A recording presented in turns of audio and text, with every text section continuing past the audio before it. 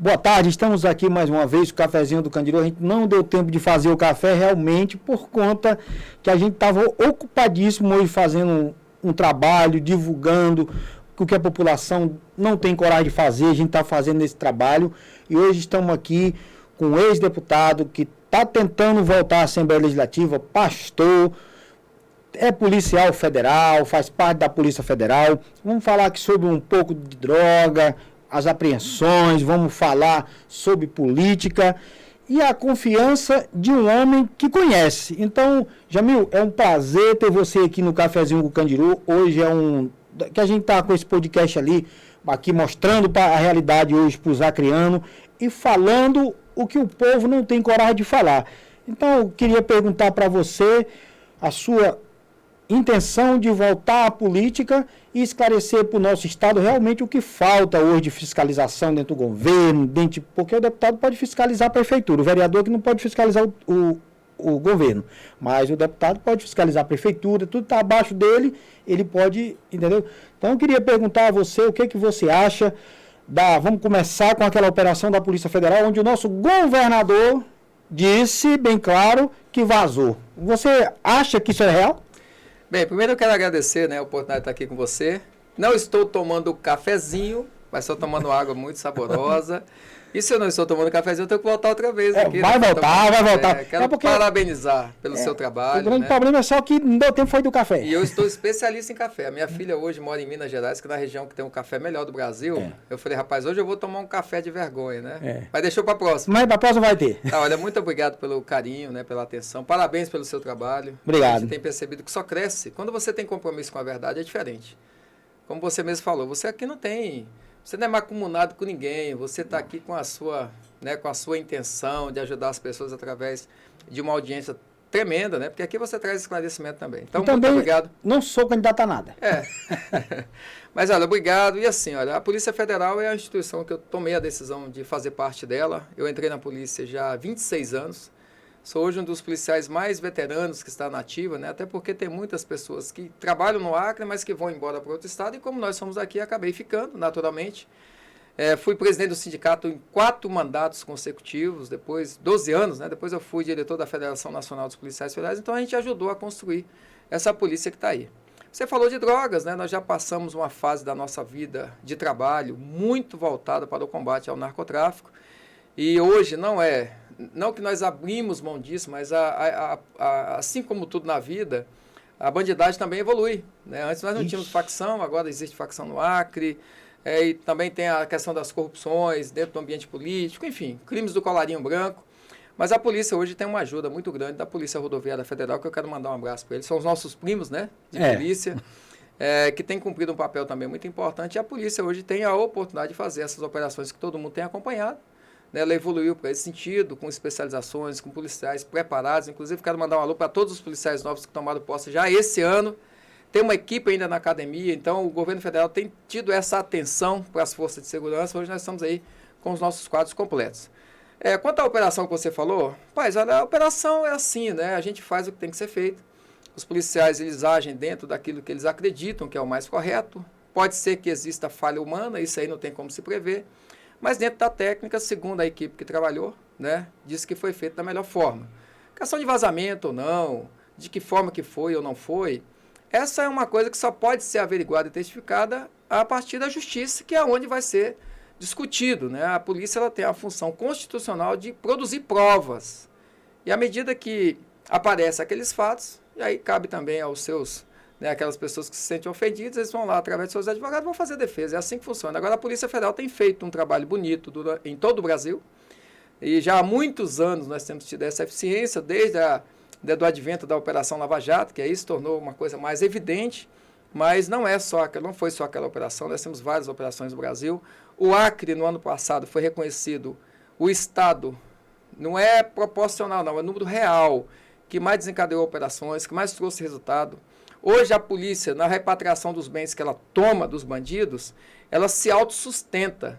A gente toma mais coisa dos bandidos do que a despesa que nós temos para a União. Então, é uma coisa que tem dado certo e tem trazido resultados positivos para o nosso povo. A Polícia Federal, praticamente, ela não dá prejuízo, dá lucro. Ela se paga. E também, eu assisti, pouca gente acompanha, A gente, quando vai para o mundo da mídia, você tem que ter muito conhecimento. Eu assisti na Netflix Os Federais, onde existe a perseguições petistas sobre as pessoas que realmente fiscalizaram. Hoje tem Polícia Federal que ganha pouco, a gente foi aposentado compulsoriamente por conta de perseguição. E eu vejo que vocês ganharam esse espaço com o Bolsonaro cada dia maior, mas apesar que a mídia, ela mostra o lado inverso da coisa, tentando sempre que vocês sofrem opressão, onde a gente vê que hoje não. Eu não concordo hoje com o trabalho dos primos rodoviário federal dentro da linha do município. Eu queria que, para mim, no meu ponto de vista, eles fossem mais para as BR, mas não. Eu sinto uma opressão hoje a nível de Rio Branco. Eles não ficam na corrente, simplesmente na Via Verde, nessa parte, onde o narcotráfico eu acho que é menor. Por exemplo, Feijó, Tarauacá, Cruzeiro do Sul, era para ter um posto da Polícia Rodoviária Federal. Que aí você sabe que oprimia realmente, junto com os meninos de Cruzeiro da Polícia Federal, que faz um ótimo trabalho. Eu já fiz denúncia lá e fui ouvido muito bem. Então eu queria dizer que, para mim, é uma das polícias que merece o respeito do cidadão. Tanto a Polícia Rodoviária Federal, como os federais, como qualquer polícia. Se fizer um trabalho dentro da legalidade da lei. E como você faz parte, você sabe das opressões que sofreu antes. Hoje vocês têm caminho mais livre, não é verdade? O governo federal tem nos ajudado nesse sentido, né? Tem aumentado a quantidade de profissionais trabalhando. É notório que houve investimento na rodoviária federal. A gente olha pela aparência deles, né? São mais equipados, são mais aparelhados, né? Tem um grupo maior de pessoas que tinha antes do advento Bolsonaro. Mas veja, olha, é uma sobreposição de forças, né? Porque aqui nós temos dentro da cidade as forças estaduais, aqui nós não temos a guarda municipal, então não tem a força municipal, mas tem a estadual e a federal. Mas existem margens de ação da própria rodoviária federal. Aqui, infelizmente, nós não temos um anel viário, tudo que é da rodovia acaba passando por dentro da cidade, então há uma sobreposição. Mas eu, particularmente falando, prefiro ter mais fiscalização do que menos. Até porque nós sempre aqui, é bom, né? Nós estamos aqui na fronteira, até o Exército, quando age conjunto com a gente, é importante, né? Principalmente contra o narcotráfico. Jamil, mudando para o lado político, hoje você estivesse na Assembleia, como você agiria nessa omissão com as crianças, na saúde, na educação, onde a gente recebe denúncia que ainda tem escola que hoje não iniciou as aulas, escola do governo, por falta de transporte, por falta de ramal. Como você agiria hoje como deputado, ou você fazia parte desses que estão aí, os 24, que ninguém sabe, que nem tem deputado? Candiru, o bom de você é que você tem coragem de perguntar. Era bom que tivesse um deputado nativo hoje para a gente fazer um debate. Porque, sinceramente, se reclama muito de governo, de prefeito. Mas, na minha concepção, o que mais importa numa vida política são os parlamentares. Que eles têm tanto o poder de criar as leis para que o município opere, faça o que tem que fazer, como também tem um poder para fiscalizar as ações, tanto da prefeitura quanto do governo. E, infelizmente, e aí é uma coisa que a gente precisa reconhecer, podem colocar a culpa em qualquer coisa, pode ser que seja a pandemia, ou sei lá, a omissão do Estado, mas o fato é que nós estamos com ausência de uma representação parlamentar. E se você for buscar na história, na época que eu fui parlamentar, o Emerson está aqui, conheceu um pouco dessa história, você também acompanhando ali, e os nossos ouvintes também, né, podem falar sobre isso. Nós tivemos um parlamento muito ativo e nós estamos vendo aqui um parlamento mais apático. Eu, por exemplo, criei a Comissão de Segurança Pública na época, eu fui o primeiro deputado que não era de base de governo, que era de oposição, que fui presidente dentro da Assembleia Legislativa como presidente de comissão. Eles davam sempre a vice-presidência, para quem não era do governo. E eu era do Democratas na época, assumi a presidência da Comissão de Educação e depois criei a Comissão de Segurança Pública, porque nós precisávamos discutir segurança pública. Eu, como policial federal, não podia fazer muito pela minha instituição, mas eu podia fazer pela segurança do Estado. E foi aí que nós decidimos. E nós apresentamos muitas propostas para o governo do Estado, através do parlamento, e que isso resultou numa polícia melhor. Você que está nos ouvindo, você precisa confirmar isso. O Acre melhorou em termos de segurança. Precisa melhorar mais? Precisa. Mas hoje nós temos um efetivo maior, nós temos um policial mais qualificado, nós temos um salário melhor, né? Claro, vou repetir, precisamos melhorar mais? Precisamos, mas do que era há 12 anos atrás e o que é hoje, melhorou bastante. E eu agora venho com uma pegada diferente. eu acho que nós precisamos trabalhar o desenvolvimento econômico, porque o que falta hoje é comida na mesa, o que falta é dinheiro, o que falta é emprego. E nós não podemos mais viver a depender do Estado. E o governo, lamentavelmente, ele tem também os seus compromissos. Tem leis, inclusive, que impedem o governo de tomar determinadas ações. Por exemplo, qualquer coisa que tenha que tirar receita, que é renúncia de receita, pode levar ele um processo, né, que vai render talvez a sua própria cassação. Então, mas o parlamento não tem o orçamento, ele não se preocupa com isso, ele tem que buscar o que tem que ser feito. Então, hoje eu percebo um parlamento que está muito aquém do que deveria estar. Eu não queria mais ser deputado estadual. Eu tenho uma vida, eu tenho uma família, né? A pastora Sandra, quero mandar um beijão para ela, que é a mulher mais linda do meu mundo. Eu tenho a Polícia Federal, eu estou na direção do sindicato, eu faço parte da federação, então eu tenho minha vida. Tem um salário muito bom. Só que o salário é praticamente igual de um deputado, então não estou em busca de status, né? Até porque deixar de ser um policial federal e passar a ser um deputado é como se eu estivesse optando pela parte ruim da sociedade, você percebe? É verdade. Por mais que não seja verdade que todos os políticos sejam desonestos, mas a imagem que se passa para a sociedade é essa. E eu, como policial federal, não. Eu chego numa loja para comprar, eu chego num lugar, aqui mesmo, o respeito que vocês têm por mim, porque acredito na instituição que eu represento. Então, deixar de ser policial novamente hoje para voltar para o parlamento, ele se dá exatamente por isso. Nós precisamos voltar a ter um parlamento forte. Né, questiona-se do Gladys Cabelli, porque não faz isso, não faz aquilo. E cadê a propositura do parlamento? O que é que o parlamento tem oferecido? O que é que ele tem cobrado? Ontem teve uma audiência pública das Mães das Mulheres. O que aquela senhora falou para os deputados, aquilo é imoral. Eu fiquei envergonhado porque falta. Eu, como deputado estadual, talvez você lembre disso, eu criei uma lei estadual que obrigava todos os médicos a serem controlados na entrada e saída por um controle digital. Isso deu polêmica, né, na época. Meu Deus! O médico, Deus me livre. Eu fiquei com a pastora Sandra, falei, Sandra, eu não posso mais nem adoecer, porque os médicos vão ficar chateados comigo. Mas com todo respeito, o médico, para ficar chateado, tem que ser desonesto, porque o médico honesto, ele ganha pouco. Porque ele só tem um emprego, sabe? É 6 mil, 7 mil reais. Teve aqui, agora, recentemente, médico ganhando, para trabalhar metade de um período, 5 mil reais. Para um médico, isso é pouco. Agora, por que eles ganham 20, 30, 40, 50 mil? Porque trabalham em 5 lugares. E aí o cansaço... Como se eles tivessem um e não dá, e aí o cara não aguenta, né? O cansaço, o que é que faz? Um mau serviço prestado. Então, para aqueles bons profissionais que trabalham, que cumprem o horário direitinho, então é melhor que ele trabalhe 1 ou 2 períodos, mas ganhe bem. Não é isso? Isso é a melhor forma. Isso o controle ajudaria. Só que, e aí? Cadê os parlamentares hoje para cobrar o que tem que ser cobrado? Porque na minha época também, nós tivemos aí a morte de 30 crianças, que era um problema de oxigênio. E eu descobri que tinha tubulação de ar-condicionado misturado com oxigênio, que é o oxigênio que é para ser puro. O oxigênio que estava saindo na época era pior do que o oxigênio que nós estamos respirando aqui. Mas tinha um parlamentar lá para cobrar, para mudar, para fazer reforma.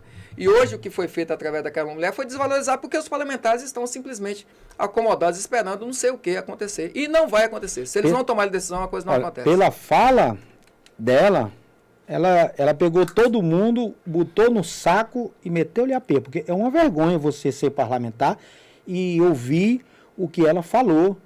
Entendeu? Chamou ali, ela chama o governo de assassino, mas eles são coniventes. Acaba sendo, né? Porque são os fiscais. Né? Essa é a realidade. Ela teve que fazer um papel que era do parlamento. É por isso que ela está com essa autoridade. Tudo do mesmo jeito. Ainda ela hoje... até fala. Ela até fala, olha, pode me prender, pode fazer o que quiser, que eu não vou temer.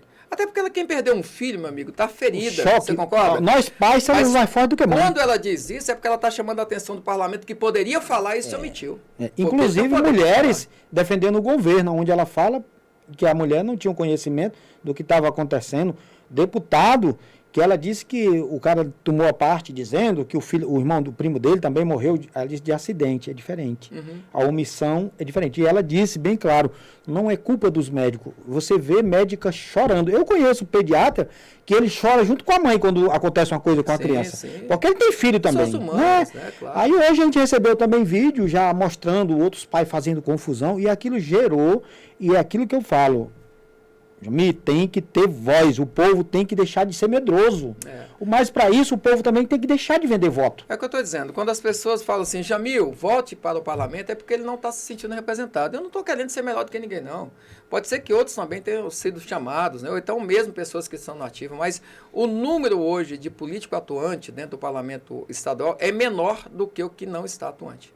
Daí essa necessidade de mudança, de alternância, e aí eu recebi esse desafio e vamos encarar nessa pré-candidatura, quem sabe a candidatura agora esse ano. Vamos pegar um gancho aqui dentro das igrejas evangélicas, que é uma coisa também que eu critico.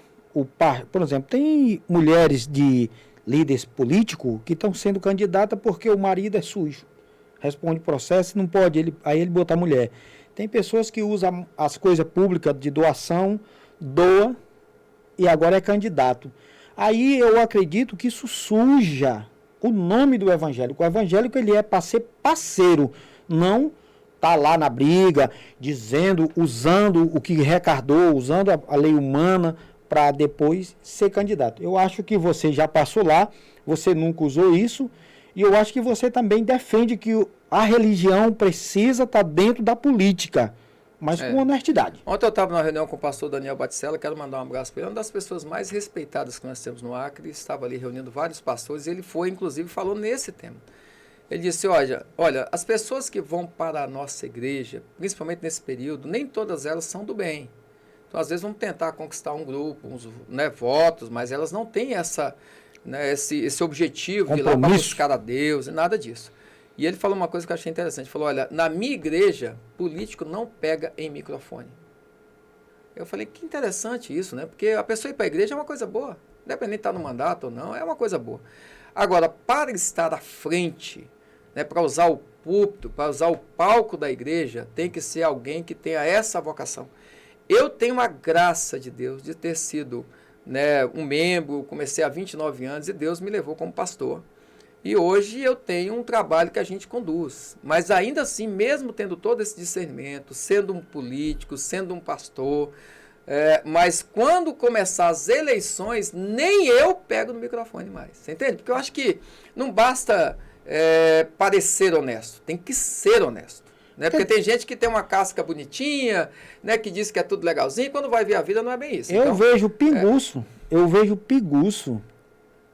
no período eleitoral, ele bebe hoje, amanhã está de ressaca, está no púlpito da igreja. Eu fico olhando a cara do pastor, sabe? De nojento. Eu tenho um amigo feijoense, que é o Magno, que caiu nas drogas, no álcool. Agora ele é de Feijó.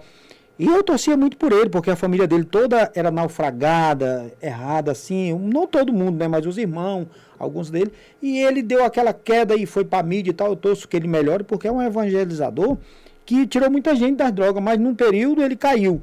Então, eu acho que nessas horas, os próprios pastores tinham que chegar, pegar ele, fazer um trabalho de novo para resgatar, mas parece que fazem abandonar. Não, deixa eu te falar, eu vendo tudo isso, né, eu também já fui de uma igreja muito grande, né, e Deus quis que a gente montasse um trabalho cuidando só de casais, de famílias, nas relações entre pais e filhos. Eu estou muito feliz com isso, que é a Igreja Internacional da Família.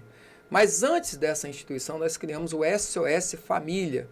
Porque, Candiru, muita gente vai para a igreja, por exemplo, está com um casamento ruim, ele não vai porque quer Jesus, ele quer a família dele de volta. Isso é uma coisa que precisa ser respeitada. Você concorda? É verdade. Só que quando ele termina aquela fase melhor do casamento, ele sai. E algumas pessoas de igreja ficam chateadas com ele. Ah, porque só usou a igreja, porque não quer ficar na igreja. Não, ele queria a família, e é nobre. Então, vendo isso, eu criei uma instituição chamada SOS Família, que cuida das famílias, independente delas irem para a igreja ou não. Eu acho que a decisão de ir para a igreja é uma decisão pessoal. Poxa, se o cara quer reconstituir o casamento, né, trazer uma relação de volta com o filho, com a filha, eu tenho que fazer o que ele precisa. Eu que tenho uma, né, vamos dizer assim, a gente tem um pouco mais de preparo nessa área de família, então temos que fazer independente de qualquer coisa. E depois, se ele quiser ir para a igreja, é uma decisão pessoal. Agora, qual é a novidade que eu trago? Eu também trouxe para dentro do SOS Família cuidar de pastores que tiveram problemas, pastores, líderes. Porque tem uma frase que eu vou deixar com você que é o seguinte: a igreja está preparada para perdoar o pecador, mas não está preparada para perdoar o pregador. Isso então, é real. Infelizmente, né, quando, por exemplo, o pastor que você disse aí é um cara que ajudou tanta gente. E o menino teve suas dificuldades, claro. Muitas pessoas se renderam a Jesus através da vida dele. A pregação dele é muito bonita. Eu oro por ele, eu não fico feliz de vê-lo cair, pelo contrário. E o SOS Família, ele resgata esses pastores. É um resgate de pastores. Eu, por exemplo, eu sou um cara bonito, tenho uma mulher muito bonita, minha mulher é uma mulher bonita e agradeço a Deus todo dia, porque a minha mulher, ela é daquelas que ela fala assim: eu sou missa ao meu marido, mas não é porque eu sou o cara que puxo na orelha, eu sou um cara que eu converso com ela, nós nunca brigamos depois que estamos juntos, temos aquele conforto familiar, ela cuida de mim como se fosse filho. E eu digo assim, a maior fruto de um casal é a união. Claro, Se não tem claro. união, agora através disso, os filhos crescem no mesmo sistema. Então, se as igrejas, os pastores voltassem, os padres, eu digo assim, as pessoas do Daime, as pessoas que praticam qualquer tipo de religião, ela está tirando gente do mal e trazendo para o bem. Sim, isso Eu não ajuda. critico ninguém. Aí as pessoas dizem, não, Cadiru, mas tu é o quê mesmo? Eu sou católico. Claro. Eu sou católico, mas não sou um católico praticante, porque hoje o catolicismo está também a mesma coisa, de sem respeito, é um pessoal que às vezes não tem mais amor, perder a fé em Deus. Deixa eu te dar uma notícia boa. O Padre Asfuri, que é da minha família, né? O Padre Asfuri, ele cuida de casais na Igreja Católica. E aprove Deus que eu também fizesse a mesma coisa na Igreja Evangélica. Assim, eu creio que a questão da religião, ela não é um fórum bom de discutir. Não. Isso é uma coisa que você Não. decide viver. É. Agora, o fruto, tanto da Igreja Católica quanto da Igreja Evangélica, são frutos bons, né? Que ensinam as pessoas dentro de uma doutrinação cristã que só melhora. Quem que é aquela pessoa que é doutrinado na doutrina de Cristo que não melhore? Claro, não é assim? É. Agora, a decisão de cada um precisa ser respeitada. Então, vamos voltar para a política e perguntar para Vossa Excelência mais uma vez. Chegando lá, vai ser um deputado independente. Olha, melhor ainda do que nós conseguimos ser na primeira investidura, porque agora, além de tudo, tem esses cabelos brancos aqui, né, de experiência, porque as derrotas nos ensinam mais do que as vitórias. E, seguramente, eu tenho uma convicção no meu coração, e eu pergunto para as pessoas, para também eu não me enganar, o mandato foi muito bacana, foi muito produtivo, mas hoje eu tenho consciência que eu precisava, né, passar por tudo que eu passei, inclusive a perda do mandato, para entender que a gente pode fazer mais. E como é que seria isso? Com mais participação das pessoas, informando mais as pessoas, porque às vezes você fica muito pautado pela mídia e nem toda ela é honesta. Você concorda? Às vezes vende uma imagem sua que não é verdadeira. Hoje nós temos as redes sociais, hoje nós temos um podcast como o teu, que fala a verdade, que não tem rabo preso com ninguém. Então estar aqui é muito bom para mim. Porque eu já estive em emissoras que cortavam partes do meu depoimento. Não, aqui não tem isso, não. Né, eu lembro que eu tirava foto, eu nunca tirava foto na última pessoa da fila, porque eles cortavam a minha imagem. Então eu metia ali pelo meio, ali, que era para se cortar, cortava metade. Mas agora a mídia ainda corta, ele consegue tirar. Faz ali no Photoshop. Então, assim, a ideia é essa, nós temos condições de fazer melhor agora. Com quem que eu conto? Eu conto com as pessoas mais simples, eu conto com as pessoas do bem, né, que estão dentro ou fora da igreja. Eu acho que a pessoa do bem, ela precisa ser respeitada de qualquer forma. E com essa maturidade, com a experiência que eu já vivi e com tudo que nós estamos preparados para fazer, eu tenho certeza que o mandato de Jamil Asfuri vai ser bem melhor. E também acredito que nós precisamos mudar, porque do jeito que está, nós não conseguimos hoje usar criando indo embora. Você falou da independência, a Bíblia diz que não é bom que o homem caminhe só. Então, eu acredito que quando você fala de independência, você está falando de independência de rabo preso com alguém. Isso é realidade. De munheca presa. Né? A gente vai sempre buscar trabalhar em grupo, né? Porque a força é maior. A Bíblia diz que o cordão de 3 dobras, ele não quebra facilmente. É verdade. Agora, com quem que eu vou me aliar? Com as pessoas do bem. Se não tiver, meu amigo, aí tem que ser só mesmo. Porque diz que é melhor só do que mal acompanhado. Agora, quanto à questão da independência, independente de partidos que nós estejamos, caso seja o partido que eu apoie ganhe ou perca, o que o parlamentar precisa ter é compromisso com o povo. E não é só com quem votou, não. Porque depois que é eleito, tem que ser comprometido com o Acre como um todo. É Estado. Você concorda? É Estado. Do A ao Z. Não tem essa de que, porque esse aqui não votou em mim. Eu vejo muitas pessoas que falam de compra e venda de voto. Aí o cara diz, eu já te paguei. Meu amigo, isso é covarde. Não, primeiro é crime. E segundo o seguinte, cada deputado estadual, ele tem que ser político para todo mundo. Para todo mundo. Fica um monte de gente se escondendo, depois reclamando da vida, depois começa a reclamar até na hora de pedir voto. Não, é porque não deu porque não quis, porque não trabalhou, porque não fez por onde. Eu, quando eu não fui eleito, eu tive mais voto do que da vez que eu fui eleito. Mas eu vou... Não foi por causa da legenda. Eu vou abrir um leque para você aqui e dizer que eu vou contar com você, vou lhe vigiar para nós denunciar os compradores de voto, porque ele já tem histórico aí que diz que tem ex-secretário de saúde que tem milhões para se reeleger com medo da federal, porque vai se esconder de trás do foro parlamentar. Meu amigo, que tem de policial federal nesse estado ainda vai vir mais, para colocar todos aqueles desonestos na cadeia, porque um desonesto numa campanha é um desonesto no mandato. Essa é a realidade. Você concorda? Um cara que toma lá, conta, ele não pode ser um bom parlamentar. Não. Então, eu espero que você volte aqui, retorne, que agora nós vamos ter esse vínculo. Da próxima vez, o Mi vai estar com a gente, porque o Mi está passando aí por um momento de indecisão, mas estamos trabalhando a mente dele para ele não ir para esse mal. Mas ele está esperando aí a hora de dizer que vai ficar com a gente. E aí, faça os seus agradecimentos, fale aí o que você quiser. Eu quero agradecer a Deus pela oportunidade de estar aqui, quero parabenizar pela estrutura, muito legal, né? E dizendo o seguinte, que nós estamos em busca de ter novamente mandato, é para isso, é para representar as pessoas, conte comigo, tá? O que for necessário, em termos de denúncia, em termos de propositura, porque também não é só denunciar, passar a vida denunciando, mas tem que apresentar soluções. E volto a dizer, o que o Acre precisa é produzir, o que o Acre precisa é de emprego, e não pode só deixar nas mãos do executivo, não. O parlamentar também tem que fazer isso. Eu estou lutando para que alguém compre a usina de cana-de-açúcar ali que faz álcool. E a pessoa pode pensar, poxa, mas eu chamei um policial federal, mas eu sou cidadão acriano, eu tenho que trazer desenvolvimento para cá. Já trouxe vários empreendedores na área do agronegócio. O agronegócio é a saída para o Acre. Então, eu creio que nós temos muito a conquistar. O ano de 2022 está aqui coroando uma fase terrível do que nós passamos através da pandemia, mas a partir de 2023 nós temos muita coisa boa. O Acre tem muita coisa boa. Vamos acabar com essa história de que o acreano está indo embora para viver bem. Tem que viver bem aqui na sua terra, aqui na nossa terra, né? E você, como um bom nordestino, meu pai é nordestino, meu avô é nordestino.